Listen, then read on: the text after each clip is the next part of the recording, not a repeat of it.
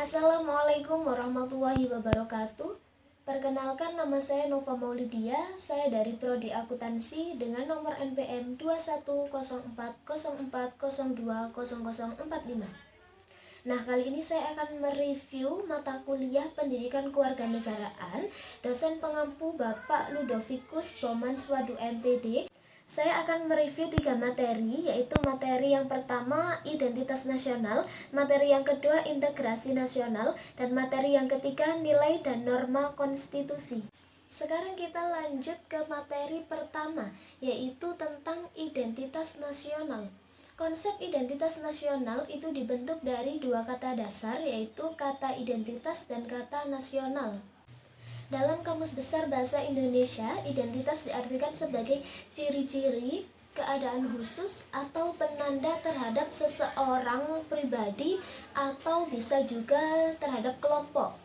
Penanda pribadi misalnya dalam bentuk identitas diri, contohnya seperti surat izin mengemudi, kartu pelajar, kartu mahasiswa, ID-card, atau bisa juga kartu tanda penduduk. Sedangkan kata nasional dalam Kamus Besar Bahasa Indonesia berarti bersifat kebangsaan, berkenaan, atau berasal dari bangsa sendiri yang meliputi suatu bangsa.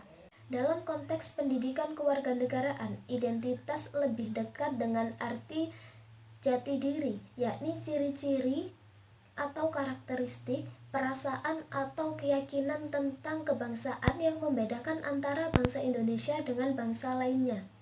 Menurut Kailan 2007, identitas nasional pada hakikatnya adalah manifestasi nilai-nilai yang tumbuh dan berkembang dalam aspek kehidupan suatu bangsa atau nation dengan ciri-ciri yang khas.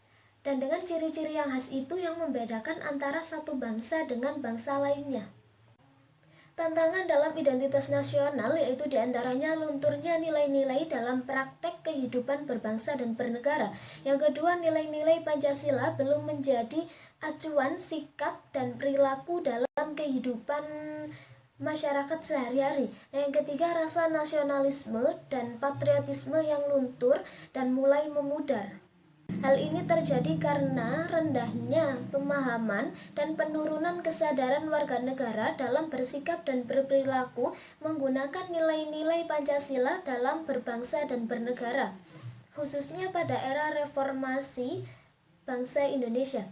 Padahal bangsa Indonesia telah memiliki nilai-nilai luhur yang dapat dijadikan pegangan dalam kehidupan berbangsa dan bernegara, yakni Pancasila.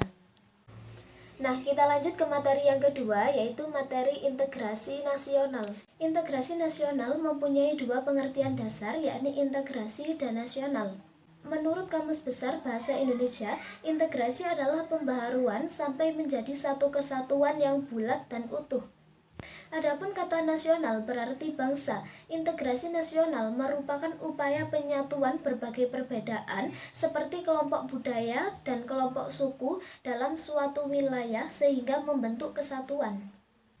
Syarat-syarat terjadinya integrasi nasional adalah: 1. Anggota masyarakat merasa kalau mereka bisa dan berhasil mengisi kebutuhan masing-masing orang. Yang kedua adalah terciptanya kesepakatan bersama mengenai norma-norma dan nilai sosial yang dilestarikan dan dijadikan pedoman. Yang ketiga, norma-norma dan nilai-nilai sosial itu dijadikan aturan pasti dalam melakukan integrasi nasional.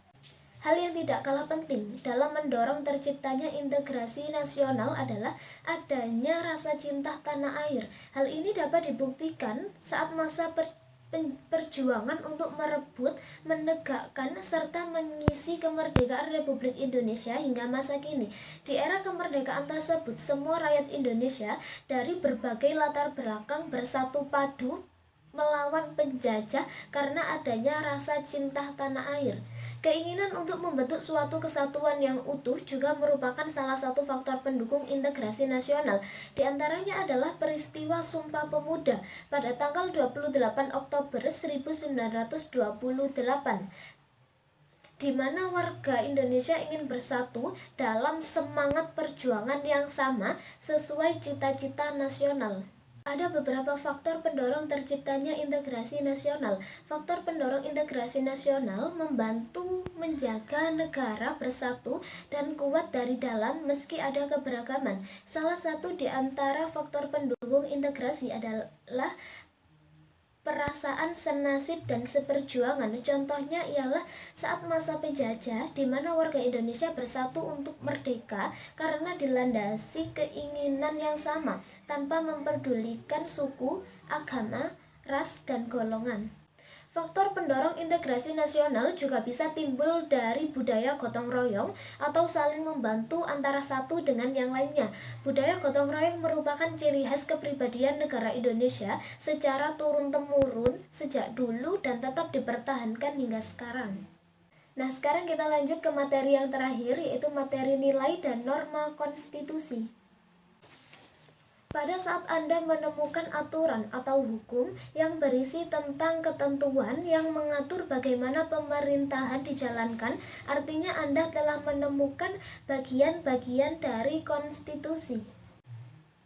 Konstitusi adalah seperangkat aturan atau hukum yang berisi ketentuan tentang bagaimana pemerintah diatur dan dijalankan. Oleh karena itu, aturan atau hukum yang terdapat dalam konstitusi itu mengatur hal-hal yang amat mendasar dari suatu negara. Maka konstitusi dikatakan pula sebagai hukum dasar yang dijadikan pegangan dalam penyelenggaraan suatu negara. Ada dua fungsi konstitusi. Fungsi yang pertama yaitu sebagai landasan konstitusionalisme. Landasan konstitusionalisme adalah landasan berdasarkan konstitusi, baik konstitusi dalam arti luas maupun dalam arti sempit. Konstitusi dalam arti luas meliputi undang-undang dasar, undang-undang organik, peraturan perundang-undangan lain, dan konvensi. Sedangkan konstitusi dalam arti sempit berupa undang-undang dasar. Fungsi konstitusi yang kedua yaitu untuk membatasi kekuasaan pemerintah sedemikian rupa sehingga penyelenggaraan kekuasaan tidak bersifat sewenang-wenang. Dengan demikian diharapkan hak-hak warga negara akan lebih terlindungi. Dalam negara modern, penyelenggaraan kekuasaan negara dilakukan berdasarkan hukum dasar atau konstitusi.